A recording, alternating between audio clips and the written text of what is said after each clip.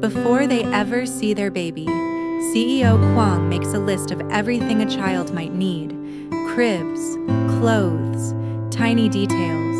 But one missing line quietly changes everything. Hello everyone, hope you're having a great day. Today, we're exploring a tender moment between Quang and Linda as they prepare for parenthood. If you enjoy it, don't forget to subscribe so you won't miss our next videos. The evening did not announce itself. It arrived quietly, slipping into the house the same way breath settles into lungs, naturally, without demand. Outside, traffic murmured at a distance, but inside, the world felt paused, held together by small sounds: the faint hum of the refrigerator, the soft fabric of curtains shifting with air, the quiet rhythm of two people sharing space. Linda sat on the sofa near the window. Her posture was relaxed, yet subtly altered, as if her body were learning a new center of gravity.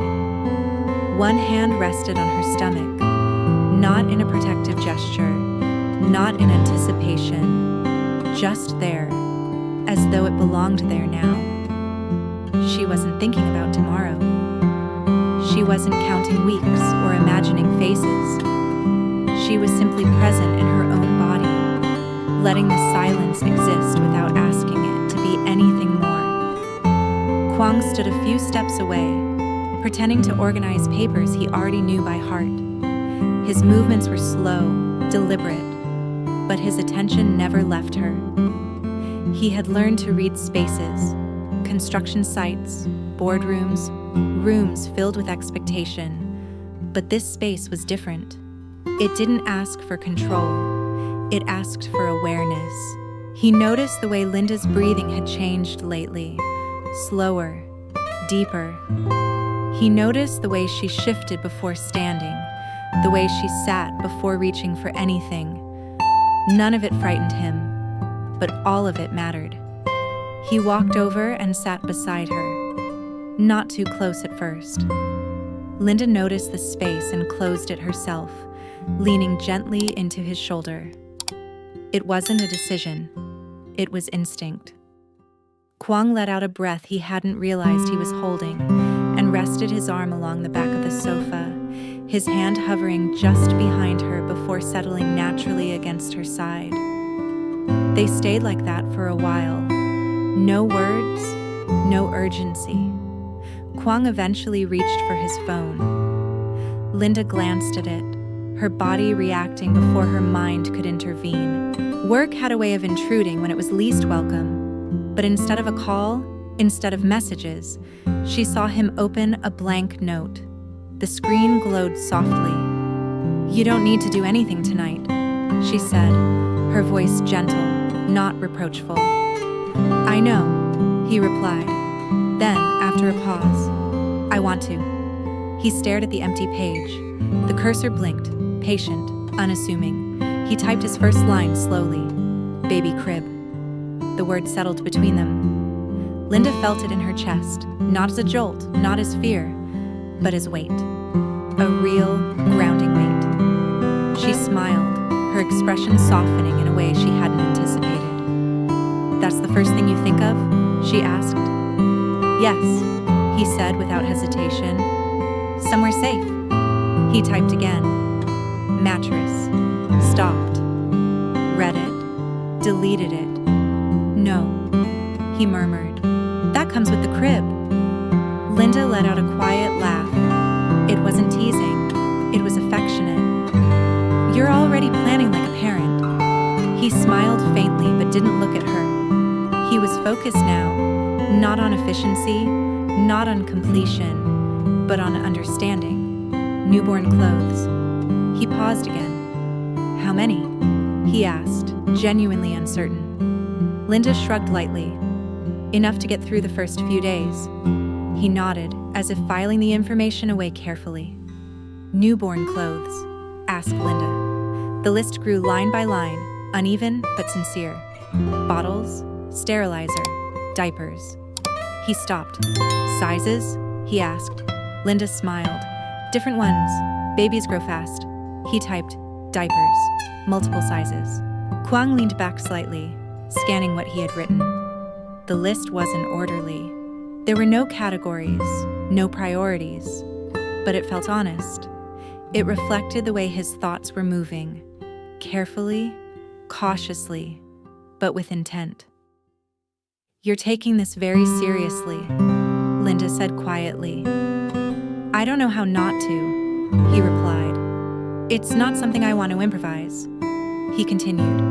Nightlight, baby monitor, baby bath. Then his fingers stopped moving.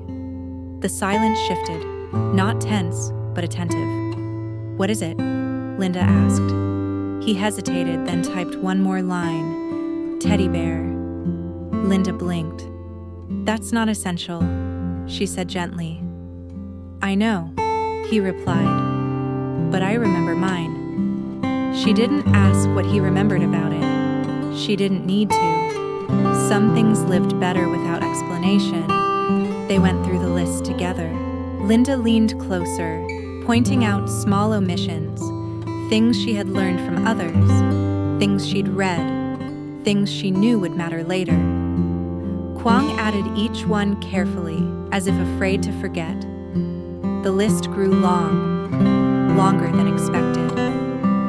Linda rested her head against his shoulder, her body fully relaxed now. She felt a sense of quiet safety, not because everything was planned, but because it didn't have to be. "It's a lot," she said.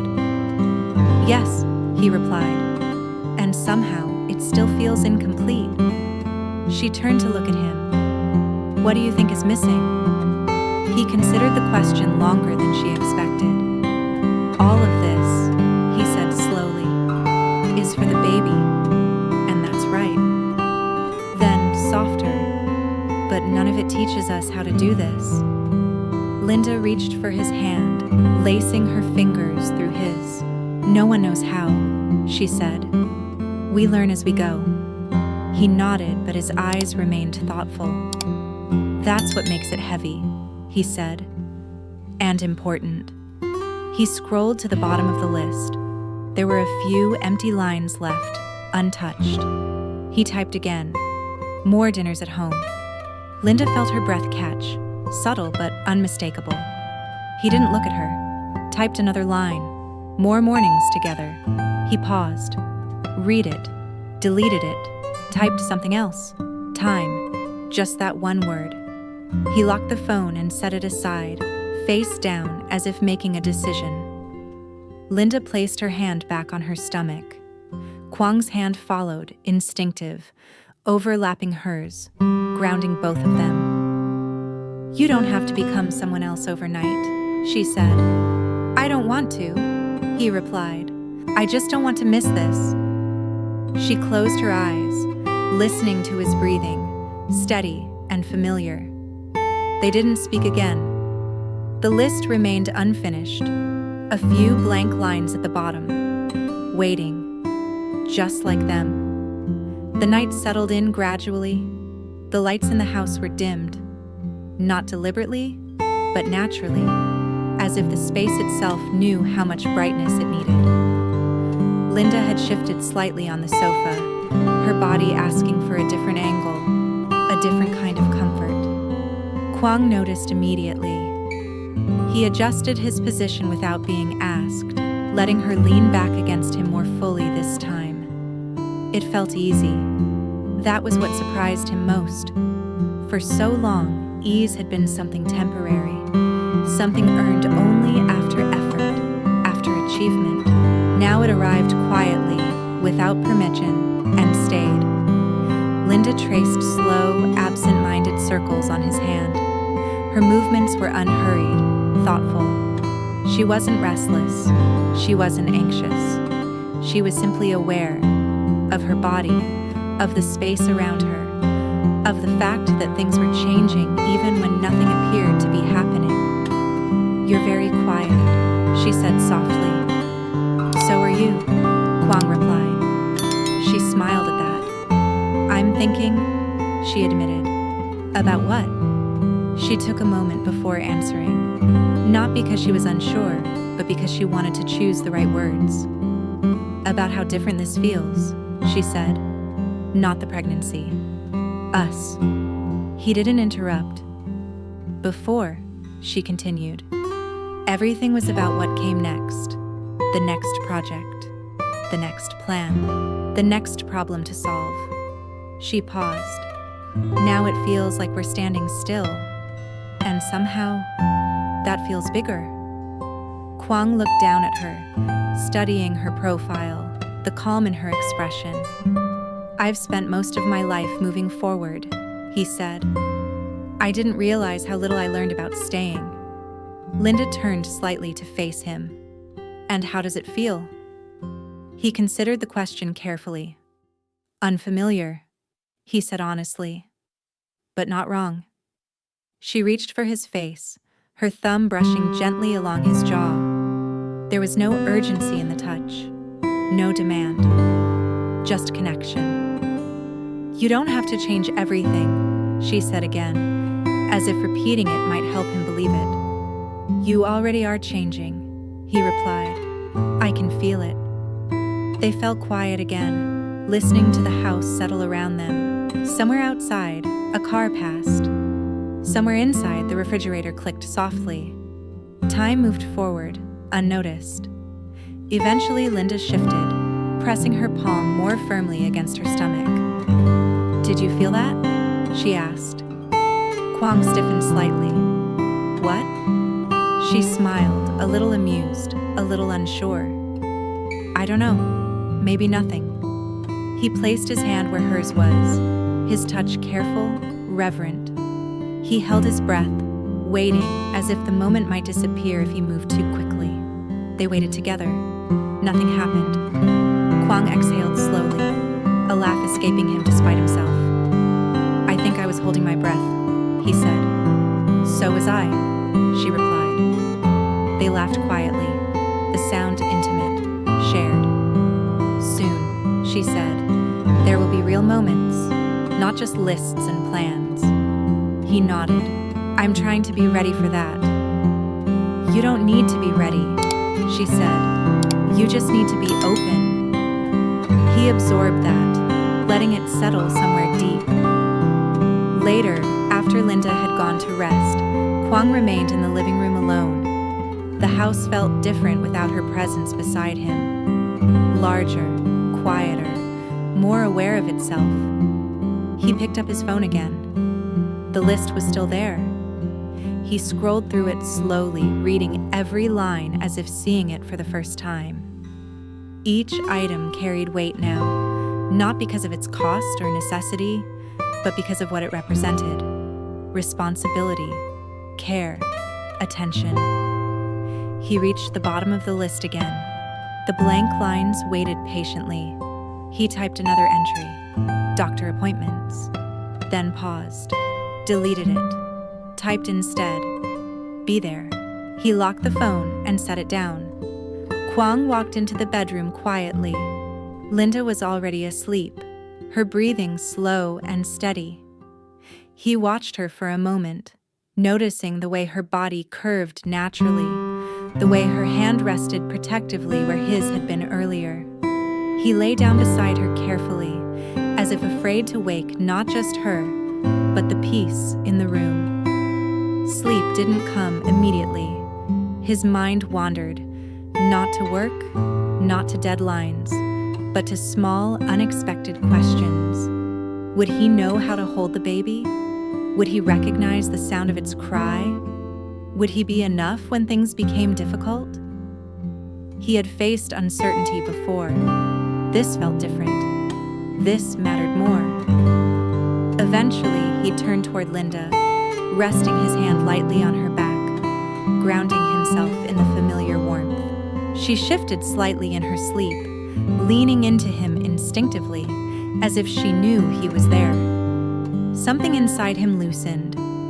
The morning arrived quietly. Soft light filtered through the curtains.